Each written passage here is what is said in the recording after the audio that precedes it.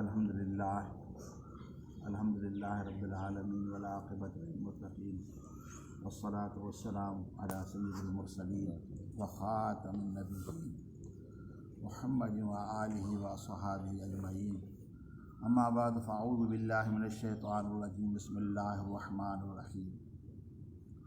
फ़अम्मल लज़ीना कफ़रू फ़उअज़्ज़िबुहुम अज़ाबन शदीदा फ़िद दुनिया वल आख़िरति व मा लहुम मिन नासिरीन। सदक़ल्लाहुल अज़ीम व सदक़ रसूलुहुन नबियुल करीम। हज़रत ईसा अलैहिस्सलाम जो ज़िक्र हली रहा। अल्लाह ताला जी ज़ात बाबरकात हज़रत ईसा अलैहिस्सलाम के मथे आसमान ते रहायो आहे ऐं क़ुर्ब क़यामत में ज़मीन ते तशरीफ़ फ़रमा थींदो। हबीब करीम सल्लल्लाहु अलैहि वसल्लम जी ज़ात बाबरकात फ़रमायो, हज़रत ईसा अलैहिस्सलाम जो अचणु, दुनिया जे अंदरि आबाद थियणु, इन में कई हिकमतूं आहिनि। हाणे ईंदो त असांजे आका मदीने वारे साईं जो नाइब बणिजी ईंदो, नियाबत कंदो, महबूब करीम सल्लल्लाहु अलैहि वसल्लम जी शरीयत जे मथां पाण बि अमल कंदो ऐं ॿियनि खे बि अमल कराईंदो।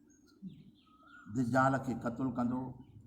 उन खां पोइ हज़रत इमाम महदी जी आमद थींदी, हज़रत ईसा अलैहिस्सलाम खां बाद 40 सालनि ताईं हिन दुनिया जे अंदरि हज़रत ईसा अलैहिस्सलाम रहंदो।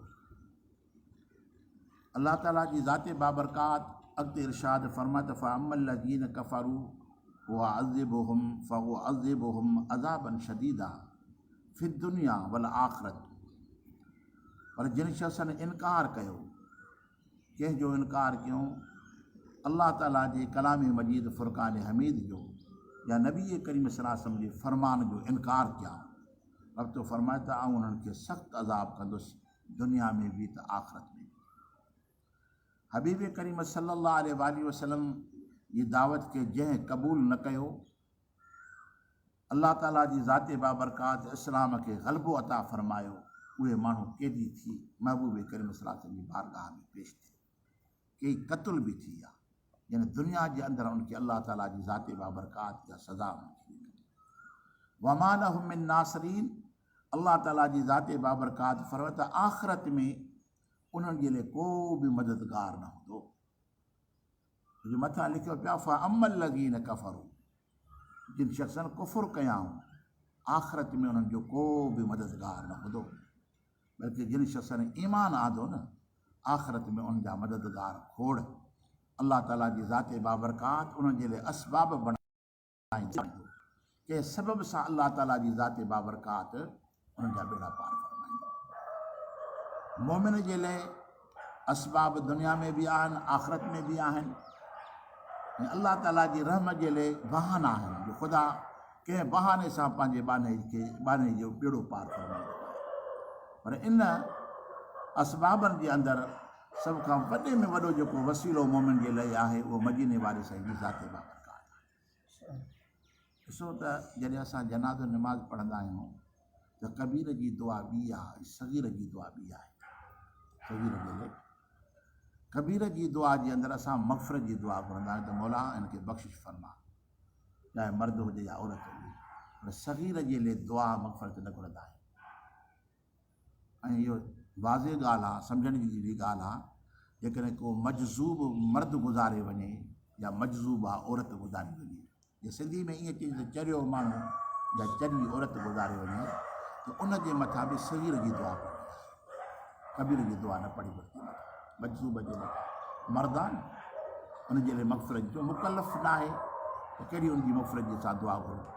या औरत मजज़ूब आहे, चरी आहे, वफ़ात करे वई न, मुसलमान आहे, उनजे मथां मग़फ़िरत जी दुआ कबीर वारी दुआ न घुरबी, बल्कि सगीर वारी दुआ घुरबी। त सगीर वारी दुआ में कहिड़ी हिकमत आहे? क़ाबिल गौर हिकिड़ो मसइलो आहे, शरीयत जो मसइलो आहे। उन में हिकमत कहिड़ी आहे? सगीर जी दुआ जे अंदरि इहे लफ़्ज़ लिखियल आहिनि त अल्लाहुम्मा अजअलहु लना फ़रतन, हे असांजा पालनहार हिन खे असांजे लाइ फ़र्त बणा। फ़र्त सॾिबो आहे जेको अॻिते अची ऐं मालिकी करे, अॻिते अची मालिकी करे हिन खे अजुर बि बणाए, असांजे लाइ ज़ख़ीरो बि हिन खे बणाए। पछाड़ी में लफ़्ज़ अचनि था शाफ़ियन मुशफ़अन, हिनखे शाफ़ियो बणाए ऐं शफ़ाअत क़बूल पियल बणाए। हिन सगीर जे लाइ बि दुआ आहे, सगीरा जे लाइ बि इहा दुआ आहे त मौला हिनखे शाफ़ियो बणाए। हाणे तव्हां अंदाज़ो लॻायो त जेकॾहिं इहा दुआ शरीयत में सगीर जे मथां सगीरा जे मथां पढ़ी थी वञे, यानी मग़फ़िरत जी दुआ नथी पढ़ी वञे, अहिड़ी तरह सां जेको दीवानो शख़्स गुज़ारे वञे उनजे लाइ बि इहा दुआ थी पढ़ी वञे त मौला हिनखे असांजो शाफ़ियो बणाए, हिनखे शाफ़ियो थो बणाए। हाणे तूं अंदाज़ो लॻाए जेकॾहिं चरियो माण्हू क़यामत जे ॾियारे असांजो शाफ़ियो थिए, इहा त वॾी ॻाल्हि आहे न। जेके दुनिया में असां हे चरियो आहे, हे जेको आहे चरियो आहे, हिन सां न ॻाल्हाइजे, हे चरियो अथई, क़यामत जे ॾियारे इहो असांजो शाफ़ियो बणिजे, उहो चरियो माण्हू। अलाह जे महबूब जो त मक़ाम मथे आहे न। उहे जेके रसूलुल्लाह जी शफ़ाअत में शक कनि था, इन जहिड़ो त कोई चरियो ई कोन्हे को न। जॾहिं इस्लाम असांजे मथां एॾी महिरबानी फरमाए थो पियो मदीने वारो साईं त क़यामत जे ॾींहुं दीवाना मस्ताना जेके वफ़ात करे विया क़यामत जे ॾींहुं पंहिंजे मिटनि माइटनि अज़ीज़नि क़रीबनि जो शफ़ाअत कंदा। हिकिड़ो चरियो दीवानो माण्हू शाफ़ियो बणिजी वेंदो क़यामत जे ॾियारे। हे वरी अलाह जे रसूल जी शफ़ाअत में शक था कनि, हिननि जहिड़ो त को ॿियो चरियो ई दीवानो आहे ई कोन। त अलाह ताला जी ज़ाते बाबरकात मथां अमल लज़ीन कफ़रू फरमाए जिन शख़्सनि कुफ़ुर कयाऊं त आख़िरी हिसे में छा थो फरमाए, वमा लहुम मिनन नासिरीन, रब थो फरमाए त उन्हनि जो को मददगार न हूंदो। काफ़िर जो क़यामत जे ॾियारे को सार संभालण वारो हूंदो ई कोन। ऐं मोमिन जे लाइ अलाह ताला जी ज़ाते बाबरकात में महिरबानी हूंदी, ख़ुदा उनजे लाइ सबबु बणाईंदो, को न को अची उनजी मालिकी करे रब जी बारगाह में अर्ज़ु कंदो, मुंहिंजा मौला हिन जे मथां कर्म नवाज़ी। सरी अलाह ताला जो क़ुर पाक असांखे सम्झाए थो पियो त मोमिननि जे ऐं सालिहीन जी सोबत अख़्तियार कयो, उन्हनि जी वेझड़ाई कयो, जो क़यामत जे ॾियारे इन्हनि जी सुञाणप तव्हांखे फ़ाइदो ॾींदी। जे अमलनि में खुटी पियो न त पोइ इन्हनि जी सुञाणप क़यामत जे ॾींहुं तव्हांखे फ़ाइदो ॾींदी। ऐं अलाह ताला इहा ॻाल्हि बि वाज़ियो करे छॾी त जेके ईअं चवनि था पिया त साईं को बि कंहिंजो मददगार न आहे, इहो काफ़िरनि जो अक़ीदो आहे, मोमिन जो अक़ीदो जो न आहे। अमल लॻी न कफ़र, इहो अक़ीदो मोमिन जो नथो थी सघे। ईमान वारो हुजे ऐं लावारिस हुजे त इहो त थी नथो सघे न। ॾिस वफ़ात खां पोइ उनजे मथां जनाज़ो पढ़ियो थो वञे, मोमिन जे लाइ दुआऊं घुरी थियूं वञनि, उनजे लाइ ईसार सवाब कया था वञनि, त इहो मालिकी वारो आहे, लावारिस थोरी आहे। लावारिस त इहो आहे जो पोयां उनजे लाइ को दुआ घुरण वारो ई कोन हुजे। ऐं ॾिस क़ुर पाक जे अंदरि दुआ लिखी पई आहे, अल्लाहुम्मा रब्ब रहमहुमा कमा रब्बयानी सगीरा। असां दुआ पढ़ंदा हुजे त कुल जो लफ़्ज़ आहे, पर मां दुआ पढ़ी ॿुधायां, मुंहिंजा मौला करीम तूं उन ॿिन्ही जे मथां रहम फरमा जिन असांजे मथां रहम फरमायो आहे बचपन जे अंदरि, सगीरी वारी उमिरि जे अंदरि। हाणे इहा दुआ जेसिताईं पीउ मां जहिड़ा हुजनि घुरिजनि या गुज़ारे वञनि त पोइ बि घुरिजे। जे लाइ का पाबंदी आहे, क़ुर पाक में लिखे त पंहिंजे पीउ माउ जे लाइ दुआ घुरो, ऐं उहा दुआ अलाह पाण थो सेखारे त तव्हांखे मथां घुरण न अचेव, हीअं घुरो त मुंहिंजा मौला उन ॿिन्ही जे मथां रहम कर कमा रब यानी सगीरा, जिन मुंहिंजी बचपन में परवरिश करे मूंखे हिन परवान ते चाढ़ियो, मूंखे हिन उमिरि ताईं पहुचायूं, जंहिंजी परवरिश तां मां पलिजी करे मां हिन मक़ाम ते पहुतो आहियां। अलाह ताला फरमाए त उन ॿिन्ही जे लाइ दुआ घुरो। जेके दुआ फ़ाइदेमंद न हुजे त छो रब चए हा, क़ुर पाक में आहे न, हिन दुआ फ़ाइदेमंद आहे। ऐं नबी करीम सल्लल्लाहु अलैहि वसल्लम जी हदीस पाक आहे, पाण पता सालिह औलाद चइबो ई उनखे आहे जेको पंहिंजे अबे जे लाइ बि दुआ घुरे त अमड़ लाइ बि दुआ घुरे। ऐं बदबख़्त निभाॻो उहो आहे जेको पंहिंजे वालिदेन खे विसारे थो। हर दुआ जे अंदरि जॾहिं तव्हां रब जी निमाज़ पढ़ो था पिया न, त उन में दुआ में तव्हां पंहिंजे पीउ माउ खे यादि कयो, अबे जे लाइ दुआ घुरो, अमड़ जे लाइ दुआ घुरो। त ॾिस ख़ुदि घणा माण्हू निमाज़ जे अंदरि रब जल्नी मुक़ीम सलात ज़रूरती पढ़ंदा, ॾिसो हुते भल वालिदैया लिखियो पियो आहे, मुंहिंजा मौला मुंहिंजे वालिदेन जे मथां थो रहम।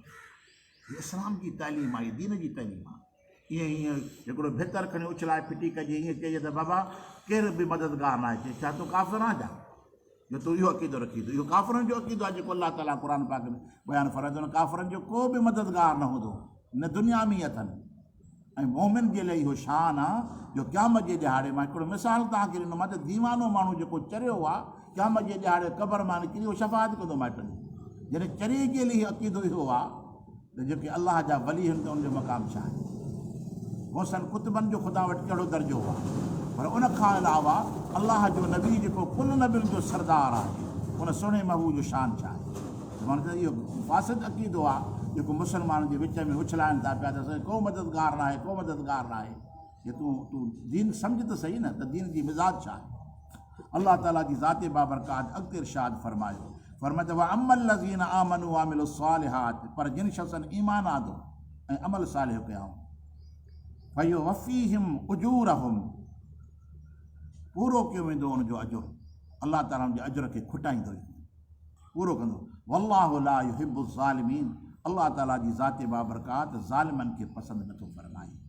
वरी अल्लाह ताला मथां काफ़िरनि जो ज़िक्र करे वरी पंहिंजे मोमिन ॿारनि जो बि ज़िक्र बयानु फरमाए थो पियो, उते जो उते छोजो फ अम्मा खां पोइ वरी व अम्मा ईंदी आहे। ॿई तफ़सीर जे लाइ आहिनि।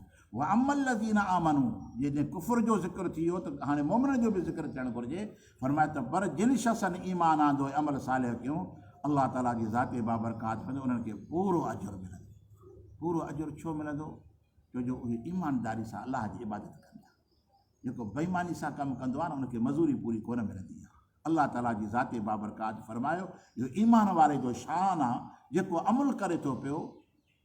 अमल जो त बदिलो अलाह ॾींदो, पर इरादनि जो बदिलो बि अल्लाह ताला अता फरमाए।